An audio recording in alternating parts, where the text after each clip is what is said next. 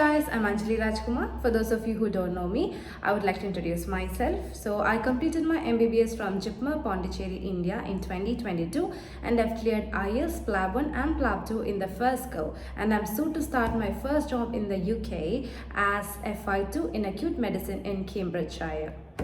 As a first generation doctor who moved to the UK, I have had quite a few hurdles on my pathway to the UK. So my channel is intended to help any of you out there who feel confused or lost in your pathway to the UK. So if you have any queries, feel free to put out them in my comment box and I'll be replying to them. And also, if you like my videos, definitely do like my videos, subscribe to my channel and share my videos as well. So let's get into today's topic. So the topic for today is PLAB2. What exactly is PLAB2?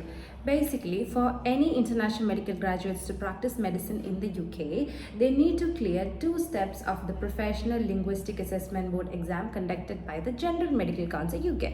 Now, the second part of this exam is called PLAB2 exam. Now, PLAB2 is an OSCE-based exam which has 18 stations, including 2 rest stations. So you will have 16 stations plus 2 rest stations, and you'll be allocated a time of 8 minutes for each station. Now, you got a rough idea of what exactly the PLAB2 exam is. We can dive in depth into what exactly are the requirements for PLAB2 and how to prepare for PLAB2 and how to pass out in flying colors. I passed PLAB2 in May, which is quite recent, and I passed 14 on 15 stations since 1 station was cancelled for us. So yeah, I passed all but 1 stations in PLAB2. So I feel that PLAB2 is a journey rather than a mere exam. So what do you do before a journey? You pack your bags, right, with the right stuff and go in the right direction so that you get successful in your journey. PLAB2 is just like that. So I would like to divide the videos into 2 parts. This video would be focusing all about what you need to do from the day of getting your PLAB1 results till the date of your PLAB2 exam, and the second video would extensively cover how to prepare efficiently for PLAB2 exam and how to improve your communication skills and your OSCE management skills, time management skills, etc. to end up with a really good and amazing PLAB2 scores. Congratulations! So you have passed yet another hurdle in your PLAB pathway. You have passed your PLAB1 and you will be happy and celebrating your PLAB1 results. But the real challenge starts here. Most of us would be going into a panic mode soon after, thinking about the huge number of stuff that have to be done within a short span of time before PLAB2. So a systematic approach would help us a lot in this situation. Let me help you out here.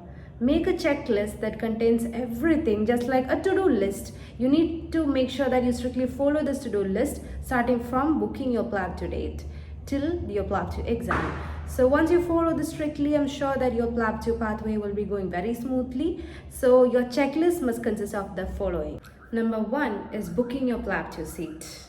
So you would be intimated by GMC beforehand that as soon as your PLAB1 results are out, the PLAB2 booking would be open. So I would suggest that you keep a card, preferably an international debit or credit card that's working with you so that you can have the PLAB2 transaction done smoothly. So you will be assigned a random slot number and you need to wait patiently in a queue just like you booked your PLAB1, and once your turn comes, you need to book your date for PLAB2. So I would suggest that you can take the earliest possible date that is available, since PLAB2 exam is quite a tricky exam, and in case you need a second chance, you might have to do it before the timeline of your IELTS or OET expires. So keeping this in mind, you can choose an appropriate date and then GMC would be sending you to your details of the date of exam and the venue exam. This is another tricky part. You should make sure where exactly is your exam. There are 2 centers in Manchester, Hartman Square and Hartman Street. Although these 2 centers lie just across the street, you don't want to go through an unnecessary hassle on the morning of your exam, thinking of that's a wrong location and ending up there. So preferably make a clear-cut note about where exactly your exam is, and make sure you revise the exam location just before the night of your exam or even on the morning of your exam. And coming to the second part, that is booking your academy. So I would suggest everyone to get professional assistance to prepare for PLAB2 exam, although it is not mandatory.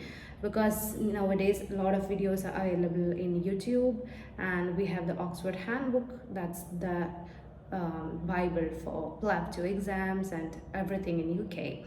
So in case you prefer to get professional assistance from academies, you can choose an academy according to your interests, and then you can book the academy. And once the academy booking is done, make sure the academy matches your interests and you're compatible with their online and offline classes, and they have courses available on the dates which you need the academy classes. And the third point is booking the accommodation, which comes hand in hand with booking the academy. So your accommodation have to be planned and booked well beforehand, preferably soon after booking your PLAB2. Start looking for your accommodation, because accommodation in Manchester can be quite tricky, and you need to find a good location where you can study for nearly 1.5 to 2 months. And planning your accommodation says that it's not too far away from your accommodation site as well. Checklist number 4, clinical attachment.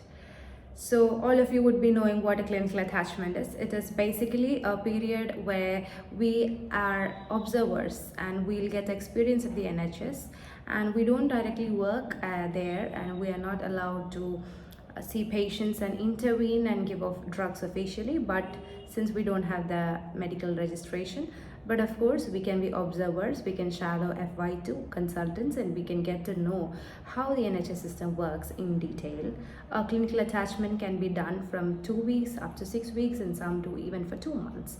I myself has completed a clinical attachment for 6 weeks in a department of my choice. So I secured 7 clinical attachments during my time, and during the recent surge there has been a huge number of students coming to the UK to give PLAB2 exam, and hence finding a clinical attachment has been quite challenging nowadays. I would definitely be putting up a video explaining how to apply for clinical attachment from scratch, the documents required for it.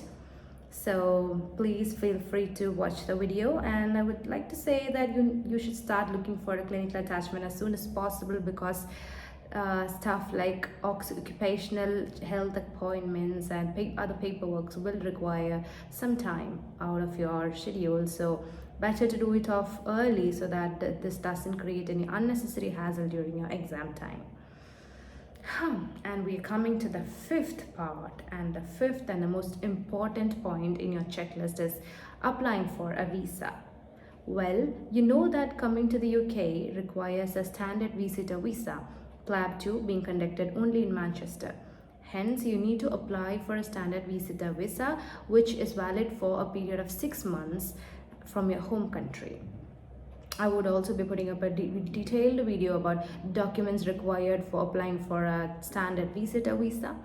And I would suggest that you can apply for the visa as well as early as possible, and preferably apply for a priority visa so that you can get the visa within a week or so. So once you're done with all the 5 parts of checklist, you can go through these 5 points once again. So that pretty much summarizes all the non-academic part preparations for PLAB2. So once you get a checklist of this done in a paper, stick it somewhere nice on your cupboard maybe, and follow it religiously, and you're good to go for your PLAB2 exam. So this is all you need to know about the PLAB2 preparation part. So I'll be coming and telling you in detail about how to prepare efficiently for PLAB2 exam, the content per se, and we'll be seeing that in the next video. Bye.